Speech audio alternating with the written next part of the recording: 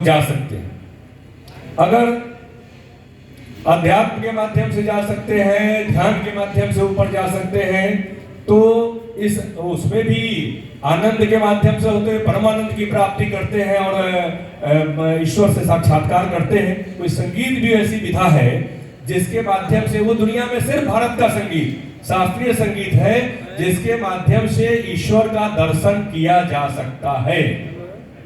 और हमारे ऐसे बड़े बड़े कलाकार नदियों के किनारे तानपुरा लेकर गाने के लिए निकल पड़ना और अकेले निर्जन स्थान में इस प्रकार से गाना, तो साक्षात्कार ईश्वर से करते थे। इस माध्यम से इतनी विशाल अपनी परंपरा जिसकी पहचान भारत की मिट्टी की जो पहचान सारी दुनिया में जिन कारणों से है उसमें सर्वाधिक प्रमुख कारण एक भारतीय शास्त्रीय संगीत भी है जिसके कारण से सारी दुनिया में भारत की विशिष्ट पहचान है। सारी दुनिया में वो संगीत का सात स्वर इसी सामवेद ने दिया, लेकिन उस पर संगीत वो ऐसा आ गया जो मनोरंजन के नाम पर समाज में वो कुत्सित भावना प्रसारित हो रही है। लेकिन उस शास्त्रीय संगीत का जो मूल सिद्धांत है, जो उसके हिसाब से जो आगे बढ़ेगा, जो संगीत बढ़ेगा, तो जितना ये संगीत आगे जाएगा शास्त्रीय संगीत उतना ही अपनी विरासत को एक अच्छा आयाम मिलेगा। इस कारण से ये संगीत के कार्यक्रम यहाँ होता है और उन सब लोगों को मैं बहुत बहुत उनका आभार प्रकट करता हूँ। इसमें से कई लोग ऐसे हैं जिनको मेरी व्यक्तिगत सूचना नहीं भी मिल पाती, लेकिन वो आ पाते हैं। और कलाकार लोग हैं तो कलाकार लोगों का ही ये कार्यक्रम मुख्य रूप से है। राम लखन बाबा के यहाँ कार्यक्रम होता है, इतनी बड़ी भीड़ जुटती है तो सामान्य श्रोता शायद ही कुछ जाते हैं, नहीं तो कलाकार लोग जो छोटे स्तर के कलाकार हो, बड़े स्तर के कलाकार हो, तो ऐसे कलाकार लोगों का जमघट लगता है। वही लोग इतने विशाल संख्या में उस कार्यक्रम को सुनने जाते हैं और इतनी प्राचीन परंपरा वहां चल रही है। अब अपना सराय का कार्यक्रम इस आयाम पर पहुंचा है। आप सब लोगों को मैं बता दूंगा, गौतम जी को ज्यादा अनुभव उस संबंध में हो चुका है। अब खास करके उत्तर भारत में बड़ा से बड़ा कोई कलाकार ऐसा नहीं इस भारत की धरती पर है जिसको सराय के कार्यक्रम की जानकारी नहीं है। वो यहाँ नहीं आए हैं लेकिन उनको जानकारी है। उत्तर भारत का कोई कलाकार नहीं, जहां भी बात की जाती है अच्छा वो सराय वाला कार्यक्रम वो देखते हैं, वो यूट्यूब पर भी चलता है, वो भी देखते हैं, अलग भी देखते हैं, तो उनकी पहचान है। कई ऐसे कलाकार, जब नया नया शुरुआत हुआ था तो बड़े कलाकार, वो शास्त्रीय संगीत के कलाकार अर्थ के भूखे नहीं होते, तो वो जानते हैं कि कैसा वायुमंडल होगा, तो इस कारण से पहले नहीं आ पाते थे। तो जब कई दिनों कार्यक्रम गुजरा तो बाद में उन्होंने अपना समय दिया, कहा कि हाँ मैं चलूंगा, वहां से आगे कार्यक्रम में चलूंगा। और वैसे लोगों का आना जाना लगा था। आज भी अपने प्रीतम मिश्रा जी विख्यात तबला वादक हैं, वो बनारस से पहली बार इस मंच पर आए हैं, तो आज उनका भी ये कार्यक्रम होगा। बख्शी विकास जी का एक अपना महाविद्यालय चलता है आरा में, तो मध्य प्रदेश में भी रहते हैं, तो यहाँ विद्यालय चलता है, उनका अपना टीम है। तो वो अभी शिक्षा वाला कुछ बहाली हुआ ना, उसमें उनके परिवार के लोगों का उस कारण से यहाँ वो नहीं आ पाए हैं, लेकिन उनके टीम के और लोग भी यहाँ उपस्थित हुए हैं।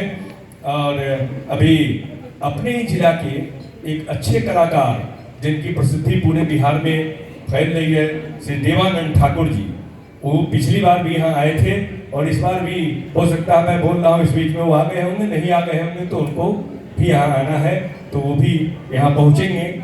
आ गए, हाँ मैं कहा इसीलिए वो समय से सब लोग आ जाते हैं, तो उनका भी आगमन यहाँ हुआ है, उनका भी स्वागत अभिनंदन है। सब लोगों का स्वागत अभिनंदन करते हुए जो स्थानीय हमारे कलाकार हैं उन लोगों से आग्रह है कि कभी सूचना के लिए अपने इंतजार नहीं करने की आवश्यकता होनी चाहिए।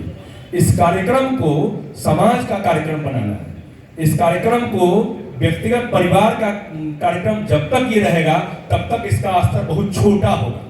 इस कार्यक्रम को विशाल स्वरूप प्रदान करना है। जो कलाकार लोग हैं, आते हैं ऐसे लोग, वो लोग भी दूसरे लोगों को न्योता देते हैं कि वहां चलना है सराय ये कार्यक्रम में, और प्रभु चाहेंगे तो जब तक चाहेंगे ये कार्यक्रम चलेगा, बीच में बाधित नहीं होगा। ऐसी ऐसी घटनाएं ही हुई हैं, तब भी माता जी भी गुजरी हैं दोनों, तब भी ये कार्यक्रम हुआ है। कुछ ही दिन के बाद पिछली बार भी दिसंबर माह में माता जी गुजरी, 31 दिसंबर को कार्यक्रम था और फिर 10 जनवरी को यहाँ कार्यक्रम हुआ है, तो हुआ। थोड़ा स्वरूप छोटा या बड़ा हो जाता है, लेकिन कार्यक्रम ये अनवरत चलते रहता है। और इसीलिए कि एक ईश्वर का आशीर्वाद, आप सब लोगों का आशीर्वाद लेकर मैंने भी इस प्रकार का मन बनाया है, और सब लोगों ने जो यहाँ सहयोग करते हैं उन लोगों ने मन बनाया है कि कार्यक्रम में निरंतरता रहनी चाहिए। किसी कार्यक्रम की सफलता के पीछे सबसे प्रमुख कारण है निरंतरता, और निरंतरता के अभाव में ही बड़े बड़े कार्य छूट जाते हैं। पहले पहले तो उत्साह में बहुत कुछ शुरू होता है, और शुरू होता है तो बड़ा उत्साहजनक वातावरण में, और धीरे धीरे वो ढलान पर जाते जाते वो स्थिति कमजोर होने लगती है। वो कभी सबकी स्थिति होती है, इस कार्यक्रम की भी स्थिति कभी हो सकती है, मैं नहीं जानता हूँ, लेकिन अभी तक इसको 20 साल से तक निरंतर रूप से चलाया गया है और आगे चलता रहेगा। आप सब लोगों का आशीर्वाद रहेगा। आप सब लोग ऐसा कार्यक्रम बनाएं जब मैं भी ना रहूं, मेरे परिवार में अभी लोग जो लोग हैं वो लोग ना रहेंगे, तब भी ये कार्यक्रम चलता रहेगा। ये समाज का कार्यक्रम बने, इसलिए आप सब लोगों से सादर विनम्र प्रार्थना है कि सूचना का इंतजार नहीं करना है, और 10 जनवरी को 10 बजे दिन से कार्यक्रम प्रारंभ होता है। ये सब लोगों को आना है। मैं जानता हूँ, अच्छी तरह जानता हूँ, तो कई लोगों ने कहा कि सेलिब्रिटियों किसी को बुलाइए तो बहुत भीड़ होगी। मैं जानता हूँ बहुत बड़े सेलिब्रिटी की जरूरत नहीं है, जिनकी कोई पहचान नहीं है, वो फोड़ा वाला संगीत यहाँ चालू कर दिया जाए तो जब कुर्सी तो जगह नहीं मिलेगी, कहते हाथ उठ में अलग अलग हमको LCD सब जगह लगाना पड़ेगा और वहां भी बड़ी भीड़ हो जाएगी। वो जानता हूँ, वो जानने के बाद भी ये कार्यक्रम करता, 10 श्रोता रहेंगे तब भी।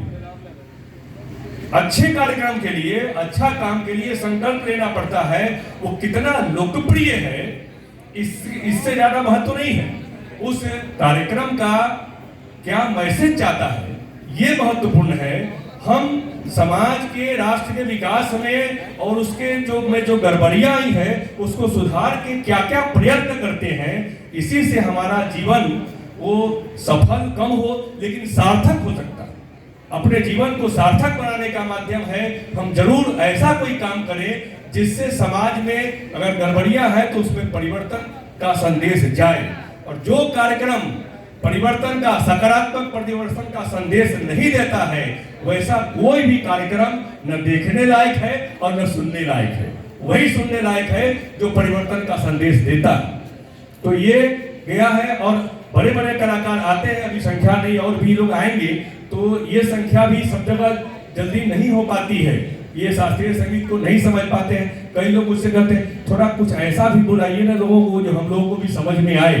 कि बिल्कुल समझ में आएगा, यदि ध्यान लगाएंगे तो समझ में सब बात आ जाएगी। एक बार निष्ठा से कोई भी बात, जब हम लोग पढ़ते हैं कि महर्षि वाल्मीकि मरा मरा कहते कहते राम राम जपना शुरू कर दिए, तो हम सब लोगों को जिनको समझ में नहीं आती है वो बार बार सुनते सुनते अच्छे श्रोता हो जाएंगे, और बाद में वो मोबाइल पर वही देखेंगे कि कहाँ शास्त्रीय संगीत का कौन सा राग बज रहा है, और वो हमको समझ में आ जाए। ऐसा करते करते मैं अपने नजर से देखा हूँ, मेरा सबसे छोटा भाई राजू है, तो वो भी बजाता गाता नहीं है, लेकिन वो सुनता है संगीत। तो कभी कभी देखते हैं वो दूसरा वो संगीत, शास्त्रीय संगीत लगा के सुनता है।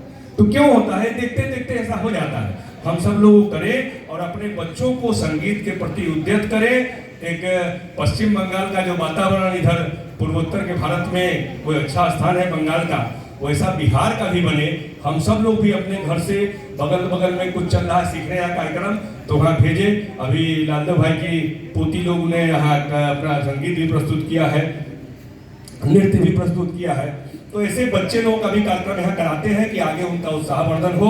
अब बड़े लोग छूट भी जाएंगे तो कोई बात नहीं है, लेकिन बच्चे लोग इसमें बढ़ेंगे आगे तो आगे कार्यक्रम होगा। मैं बहुत समय नहीं लेते हुए आगे फिर कार्यक्रम होगा। आप सब लोगों का स्वागत और अभिनंदन करते हुए मैं फिर से ये माइक कहा गए गणेश भाई या